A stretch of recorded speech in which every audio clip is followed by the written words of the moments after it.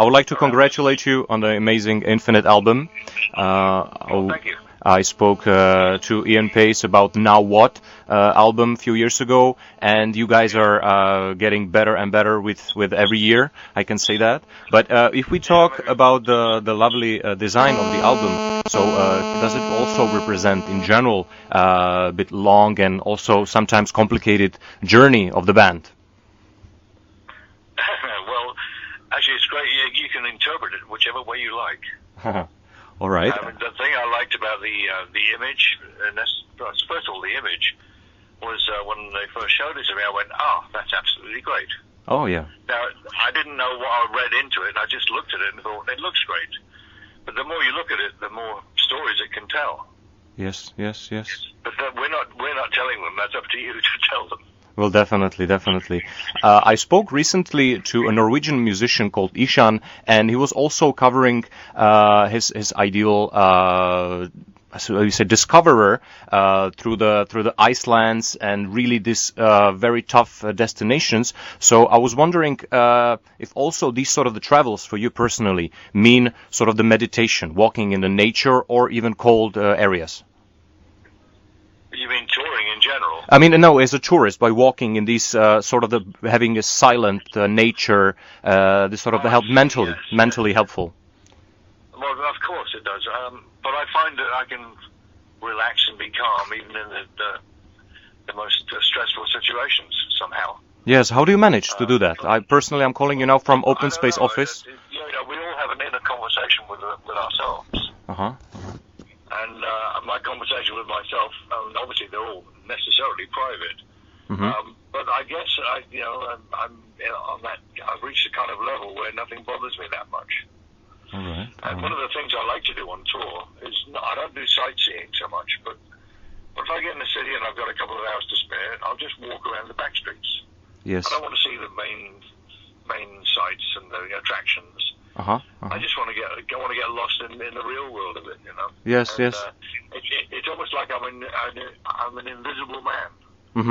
Walking through, and as you're walking past houses, you realise that people's dreams and families are all invested in that. There's one house that you're passing, and it's just fascinating to realise how much is going on around you without your knowledge. Yes.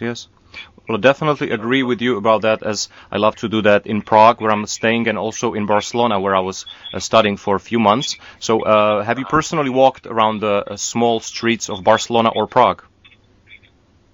Yes, I'm sure I have.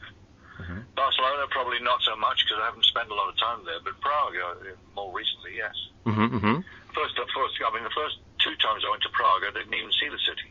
Oh. Too busy, huh? It was very frustrating. We were staying, this was back in the 80s. Yes. We were staying in a big modern hotel outside town, and we got in the bus to go to the gig, and did the gig, and then flew out. So I never saw the city. So I was desperate to see the city. And the third time we went there, we did actually stay in the middle of the city. And wow. I did a huge walkabout then. It's beautiful, yeah. Love to hear that. Well, a number of times you were also playing in Ostrava, which is my hometown in Czech Republic, but it's quite industrial city, and I probably do not expect you to be walking in that area. Have you in Ostrava? Well, actually, words have connections, and if I hear the word Ostrava, I think of the time we played there and we got stuck there in a blizzard. The truck, I think we had to cancel a gig or postpone a gig or something like that because the truck carrying the gear got stuck in the snow. So it was quite a traumatic time. I remember that. Yes. I don't remember much more than that. It's just I know that Ostrava and the blizzard go together. And I did actually buy some champagne glasses in Ostrava. Oh. Famous glass. Yeah. Yes, lovely to hear that.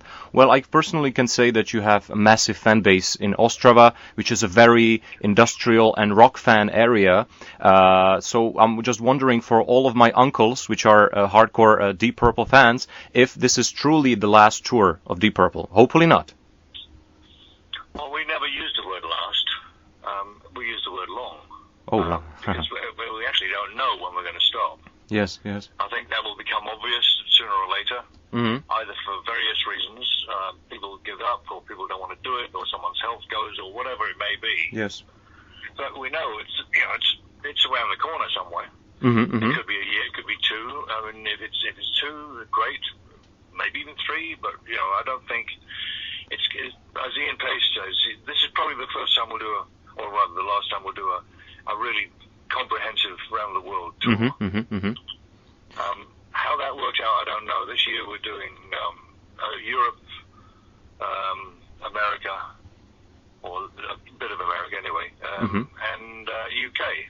Yes. So that's this year. So next year we'll see what happens. I don't know what the agents and managers are planning. I never get involved in that. Mm-hmm, mm-hmm. But there's lots of places we'd love to play before we hang up the guitar strap, as it were. Yes. When I was talking about Ostrava and rural industrial areas and hardcore rock fans, I spent Easter in Eastern Slovakia, as this is the area where my girlfriend's family coming from. And when we were hanging out in the new family's greetings, having coffees and some lovely fire beverages, I checked the collection of one of her uncles, and there was the House of Blue Light, released in 1987. Incredible, 30 years from now, and all of these gentlemen were acting like teenagers when they were listening to that album, when the whole family was there a few days ago. So what are your memories of that amazing piece, which my uncle has in his collection as well? House of Blue Light was the follow-up to Perfect Strangers. Yes. And I remember it as quite a difficult album to do. Mm-hmm, mm-hmm. We started it in Vermont, and we spent 3 months in Vermont, not getting very far, but getting somewhere. Yes. And then we decamped to Munich, and I think we were in Munich for 10 weeks finishing it, so it was not an easy album to make. I much prefer to work quicker than that. Yes. And I was producing it, but it was out of my hands. There's nothing much I could do. You can't force things. Anyway, I think there's some really good songs on it. Personally, I'd like to remix it. I think I was getting stimulated or something by the 80s, and that sort of 80s sound when MIDI came in and sampling came in and drum machines and all that kind of crap came in. And I think we sort of indulged in that a little bit too much. So I would actually I'd love to mix that. Mm-hmm, mm-hmm. Well, when I was looking from the video footages of recording of the Infinite and lovely videos you have released recently, I have a feeling that it was much more faster and much more pleasant working on Infinite, right? On the new album. Well, these two albums with Bob Ezrin really have been very, very enjoyable. Mm-hmm. We never felt any stress or pressure. Bob Bob takes the stress off us because he's quite a stressful, go ahead and get it done kind of guy, and that's great for us because we'll argue until the cows come home about some little thing, but Bob will go, no, we're not doing that, we're doing it this way, now move on. And he's just he energizes us, if you like, and he lets us relax at the same time. So it's they've been very, very nice to do. I've enjoyed them very much. Yes. You're talking about his influence in sort of the direction, but I believe also you were brave and free enough to explore any sort of the spectrum of your taste, right? From hard rock to prog rock as well. Yeah, I mean, the thing is, we're a band of musicians, and it's very difficult to tell them, no, only stick to one thing. Mm-hmm. They're capable of playing jazz or classical or prog or whatever. We have a lot of choice, and as I say in the movie, what is a Deep Purple song? Well, it's actually whatever we play. Yes. I think if we tried to replicate whatever people thought of us, mostly from the 70s, we wouldn't exist now. Mm-hmm. We had to go a real change when Steve joined the band. It was a different band, and it's a different sound, and it can never be like it was. So, I mean, someone asked me some time ago, why don't you write songs like Highway Star anymore? I said, well, we've written it. Exactly, yes. You can't do it again. And actually, we do write songs like Highway Star. They just don't sound like Highway Star. Absolutely. We didn't know that Highway Star was going to have the future it had. When we wrote it, we just wrote it, and that's all you do is you write songs, you throw them against the wall, and some stick. Absolutely. Well, that's why I was wondering, actually, the whole office of our magazine was wondering about the song The Surprising. If you can tell us, how did it, was written, and how did you manage to write it? Because we find this piece probably the most favorite in our magazine. Oh, yeah. Well, we were in a writing session one day, and, in a writing session, there's silences, there's little noodles, there's jams, there's having cups of tea, there's discussions, there's all sorts of things. And somewhere, Steve started playing that opening sort of guitar figure. And it just sounded very nice. Mm-hmm. And so when someone starts something and everyone says, oh, that's nice, they join in. We don't talk about it, we just start playing with him. Yes.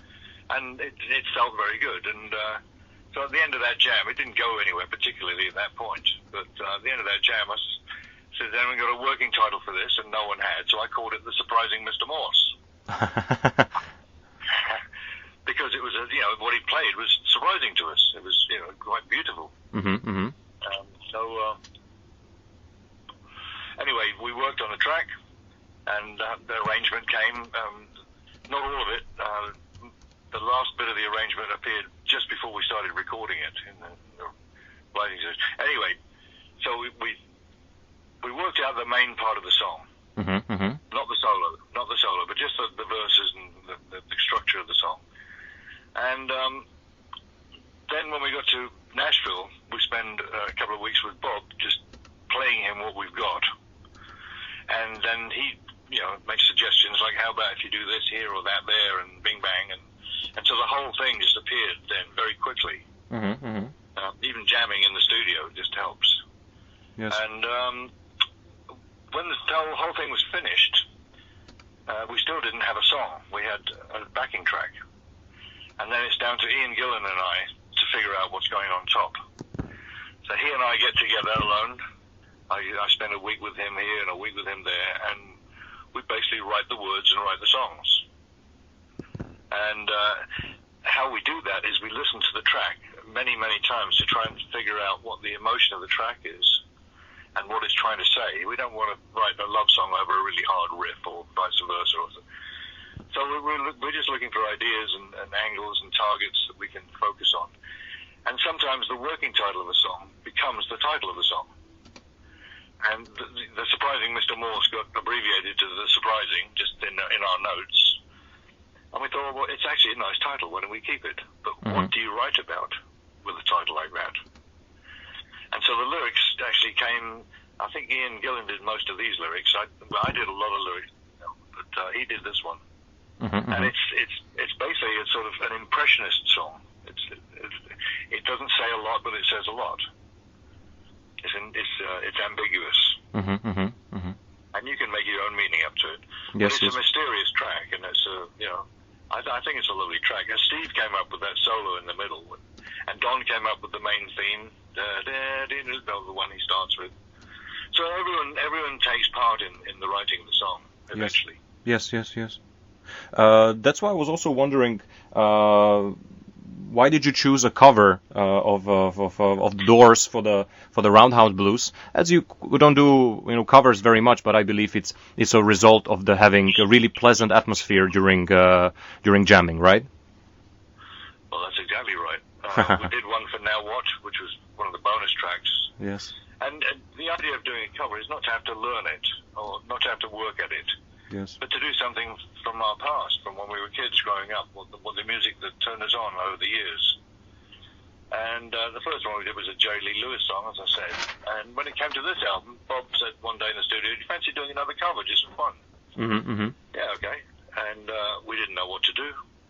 Pacey played it with a tribute band once and thought it was pretty good, so okay, let's do that. It was agreed. The discussion took almost about the same time as I have to explain it to you. Yes. So it was done. I mean, it was done absolutely live. We got the words from the internet. Went through a couple of the riffs just to make sure we were all playing the same thing. And red light goes on, and we did it. It's completely live. Mm-hmm. It's just us being live in the studio. Yes. So harmonica, vocals, the lot. Mm-hmm, mm-hmm. So whether to put it on the album or not, that really wasn't my decision. I thought it would be another bonus track like the other one was on Now What, but yes. The powers that be thought it was good enough to go there, so it's go there. Sure. Well, in general, we can say about the tracks that there is a big role of the keyboards of Don Airey. So I was just wondering, how do you feel personally about his input on this lovely album? Oh, I think he does way too much. Yeah, we're going to sack him. Don has really come into his own in this band. John Lord's shadow is very long, and Don has done his best to be himself. And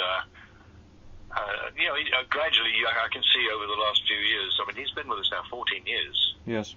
And the last 5 or 6 years, he's really sort of come into his own. He's really felt very comfortable in the band. And we're very comfortable with him. He's great. I mean, not just great. He's the only one we can think of that would ever, fit the bill. He's just fantastic. Mm-hmm. And he's just becoming, I don't know whether he's more dominant. I mean, he's certainly his presence on the album is very felt. Yes, it is. He shines on it. Yeah. Yes. Well, if you look at the Long Goodbye tour, I was just wondering if we can expect some interesting guests or some interesting design of the show. Gosh, don't know about that yet. We haven't started. All right. We don't prepare a lot. We'll have a couple of days of rehearsals, and then we'll figure out what's happening. But there are a few different things going to be happening. Yeah. Yes. I don't know about guests. Mm-hmm. That's not usually. Guests happen in the moment. You don't plan that. Mm-hmm. Absolutely. I mean, if Clapton decided to come to one of our gigs and he's backstage, we might say, "Hey, do you want to get up and have a blow? Have a jam?" Yes. That's how it works. It doesn't. You don't plan it ahead. You don't advertise it. It's just something that happens. Mm-hmm. And not that often. Absolutely. Well, definitely, we're looking for that show in here desperately with my uncles. But also, if I may ask a bit, sensitive question, I was just wondering, as Deep Purple are finally included in the Rock and Roll Hall of Fame, if you would can imagine having that evening going some other direction. Would you change it? Would you change something about that evening? That's a loaded question because I know what you're referring to. Yes. That actually was not our choice. I can imagine. Richie said many times that he wasn't interested in going, so we never thought he'd go. I mean, you never know with Richie, of course, he's unpredictable, but yes. He said he wasn't interested in doing it. Mm-hmm. So where do we go from there? We go from there to, all right, David and Glenn are going to be there, but we don't do their songs. Mm-hmm. And if we're going to play live, we said, well, if we're going to play live, it has to be sort of the Purple that is now. Mm-hmm. Otherwise, we're not going to play it. Otherwise, we're not going to play. Yes. And they said that's a good compromise. Fine. Mm-hmm. That's it. Now Richie says he was told not to come, which is I don't know how true that is, but I don't think it's true. Yes. It's certainly not coming from the band, mm-hmm. and I don't think it's coming from the management. So who knows? Yes, absolutely. It's the thing is, it's just a little fleck in the eye. It's not serious. Yes. It's overdone with. It wasn't something we particularly cared about. Mm-hmm. We didn't care whether we got it or not, and in fact, it occurred to us just to say, no way. But we, felt that for the fans and for families and friends, it's important for them more than for us. Absolutely. And it hasn't changed my life. I can imagine, and sorry for this question. I guess everybody's asking, then it's sort of the unpleasant topic. So let's move to something much nicer. I had a very lovely conversation with one of your fans from Brazil, and it was a fan question asking if there will be any chance for you doing a solo album with your lovely daughter, as you were talking about the importance of the family. Yes, yeah. Well, she and I talk about it a lot, but we're all both tied up. And time is of the essence right now. I can imagine. But I am always writing stuff, and she's still performing, and mm-hmm. sooner or later we will do something. I just don't know when. Yes, absolutely. What about your interesting musical discoveries throughout the latest few years? Anything that caught your mind from the new music lately? You mean what I've listened to? Yes. Well, there's a lot of good music out there, but I don't listen to sort of pop radio. I can imagine. Me neither. I'm aware of it when I get in the car and I can hear Joe baby, okay, fine. No, I listen to a lot of African music, a lot of jazz, classical, a lot of singer-songwriters. There's some amazing musicians around, but I mean, the nature of the world right now is that it's very difficult to get noticed and get, as they say, traction. To get recognized for such, and musicians are suffering. Yes. Because it's become so corporate. The whole music business is industry. I'd call it not a business; it's an industry, and it's geared to selling pap. And so the really good musicians and good songwriters they're few. Well, there's lots of them, but you can't find them. You got to wade through a lot of trash to get to them. That's what I love to do, but I can imagine, I was just also wondering if you're helping in any sort of the way, these sort of your musical discoveries, these very talented musicians which are hard to get promoted. So are you personally, let's say, sharing their music on your social media profiles to help them at least a bit? I don't have a social media profile. I don't believe in that. Any of that, huh? I haven't got time for that. I can imagine. I work where I live. I've found some musicians who do very rootsy Americana, Irish jig type folk song stuff. With not electric, all acoustic. And I go and work. I play with them and I write songs for them. So I don't know where that's going. Maybe that'll be an album one day. Yes. So I would like to get back to one of the first points that you mentioned, and it's about having peaceful and calm mind. So I was wondering, what are your other personal tricks to calm down in our crazy, busy world? Personally, I'm getting involved into meditation, running, healthy diet. So I was just wondering about your another tip to help us, your fans, to clear our mind and be peaceful. Well, it's difficult in a household with children. Because you always have to be aware of them. Yes. But I tell you, it's a very odd thing. I like doing the washing up. Really? I cook a meal, we eat the meal, and then I say, I'm clearing up. And to do the washing up gives you a little sense of satisfaction, and in a way, it's a form of meditation. Also, like mowing the lawn. Oh. You go out to mow the lawn, and the idea really is to, if it's a job that you really don't want to do, you learn to love it. I cannot imagine what it is, rather than thinking what you would be doing. You're wasting time, Yes. Nothing is a waste of time. There's no such thing as a waste of time. So when you're mowing the lawn, although it might seem like a waste of time, you go into a sort of meditative state. I do anyway. Yes. So it's all part of just being. I guess I'm a calm person in general. But there are different types of people in the world. Some people can't calm down. They're just constantly, 100%. So I'm not like that. So maybe I'm lucky. Lucky you, but I'll definitely take that tip to get away from the crazy open space environment and mow the lawn around our hometown in Ostrava to be proper, relaxed and meditative state. Roger, I would like to thank you for your time. It was a lovely interview, and I'm really looking forward to see you live with my uncles. Great. Well, thank you, Dan. I hope you have a great time, mate. Cheers, mate. Bye-bye. Okay. Bye-bye.